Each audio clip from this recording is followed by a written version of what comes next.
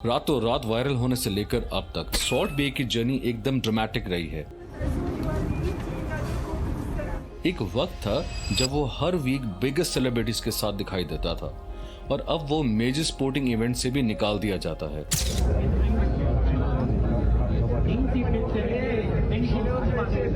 $1 lakh dinner bills दिखाना और अपने लग्जरी स्टेक हाउस की स्टोरीज शेयर करना अब उसके एम्पायर के गिरते हुए हालात के सामने कुछ भी नहीं।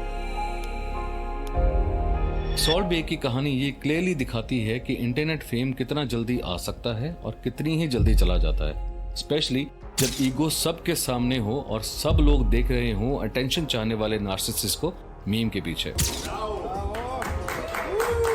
नुसरत गोगचे ने अपनी जिंदगी एक छोटे से टर्किश गांव पासले में शुरू की, लिमिटेड रिसोर्सेज और खराब इंफ्रास्ट्रक्चर के साथ। उसके वालिद साहब एक आम माइन वर्कर थे जो फैमिली सपोर्ट के लिए काफी नहीं था। 13 साल की उम्र में नुसरत को स्कूल छोड़कर इस्तांबुल के कसाई खाने में एक काम सीखने वाला शागिर्द बनना पड़ा। 13 घंटे काम बिना ब्रेक के, लेकिन ये उसके फूड इंडस्ट्री के सफर का स्टार्ट था।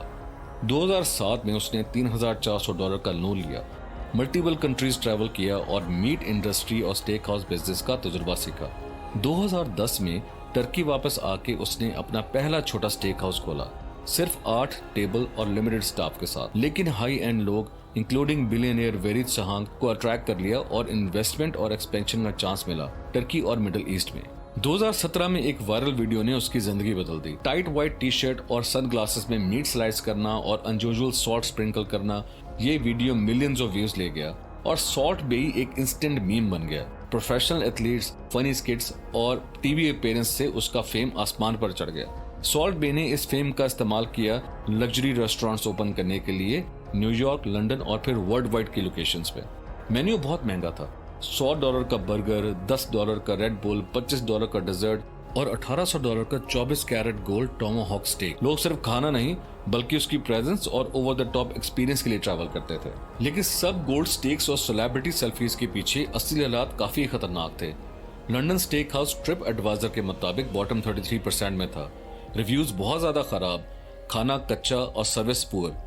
न्यूयॉर्क बर्गर जॉइंट सबसे खराब रेस्टोरेंट डिक्लेयर हुआ। प्रोफेशनल क्रिटिक्स ने कहा कि खाना बहुत ही आम, बोरिंग और बहुत ही सख्त है। लेकिन सॉल्ट बे ने इग्नोर किया और अपने आप को आइकन समझा और कहा, अब हर कोई बुचर बनना चाहता है मेरी वजह से, बच्चे मुझे आइडल समझते हैं। ईगो और फेम का ऑब्सेशन इतना बढ़ गया कि परफॉर्मेंस सबसे ज्यादा हो गया और खाने की क्वालिटी और कस्टमर एक्सपीरियंस पे फोकस ही खत्म। और सोशल मीडिया पे महंगे खानों की रसीदें शेयर की, जैसे $1 लाख का खाना, और ब्रांड खाने से ज्यादा उसकी परफॉर्मेंस और इमेज का बन गया। लेकिन पर्दे के पीछे चीजें और भी खतरनाक थी। सितंबर 2018 में एक फायर स्टंट फेल हुआ। Oh my God! I yandım! Oh my God! Rana!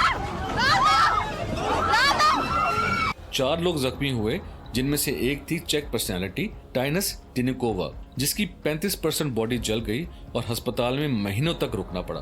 उसके बाद सॉल्ट बे ने एक वेनेजुएलियन डिक्टेटर निकोलस मडूरो को लैविश डिनर सर्व किया, जबकि उसका मुल्क फेमिन और हंगर क्राइसिस में था। यूएस सेनेट तक क्रिटिसिज्म गया। मार्को रूबियो ने हार्ड स्टेटमेंट दिया। सॉल्ट बे ने वीडियोस तो डिलीट की, लेकिन माफी नहीं मांगी। किचन और स्टाफ के हालात भी काफी खराब थे। एम्प्लॉयज को नौकरी से निकाले जाने के डर से एक्स्ट्रा काम करना पड़ता, टिप्स चुरा लिए जाते, एक्स्ट्रा काम के लिए तनख्वाह नहीं मिलती, फेक क्यूज और ओवरनाइट स्टेज, वो भी ड्यूरिंग पेंडेमिक। फीमेल स्टाफ को हैरासमेंट और डिस्क्रिमिनेशन का शिकार होना पड़ा।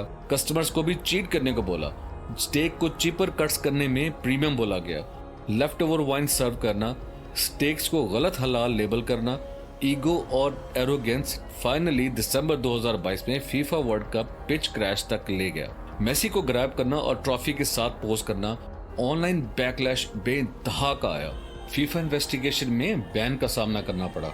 सोशल मीडिया मॉकिंग और पब्लिक ह्यूमिलिएशन से सॉल्ट बे मोस्टली भूल गया हुआ इंसान बन गया। अब हालात कुछ ऐसे हैं कि यूएस स्टेक हाउस बंद हो चुका है, लंदन के प्रॉफिट्स 50% ड्रॉप हो चुके हैं, दुबई की लोकेशन बहुत ज्यादा मुसीबत में है, बिजनेस खत्म होता जा रहा है, सोशल मीडिया नंबर्स गिरते हुए दुनिया अब बदल रही है और सॉल्ट बे की स्टोरी खत्म। अगर पेशेंस और ह्यूमिलिटी होती, वो गोर्डन रामजे जैसे यूनिवर्सली बिलव्ड फिगर बन सकता था। दोस्तों आज की वीडियो के लिए इतना ही, मिलते हैं अगली वीडियो पे, तब तक के लिए अल्लाह हाफिज।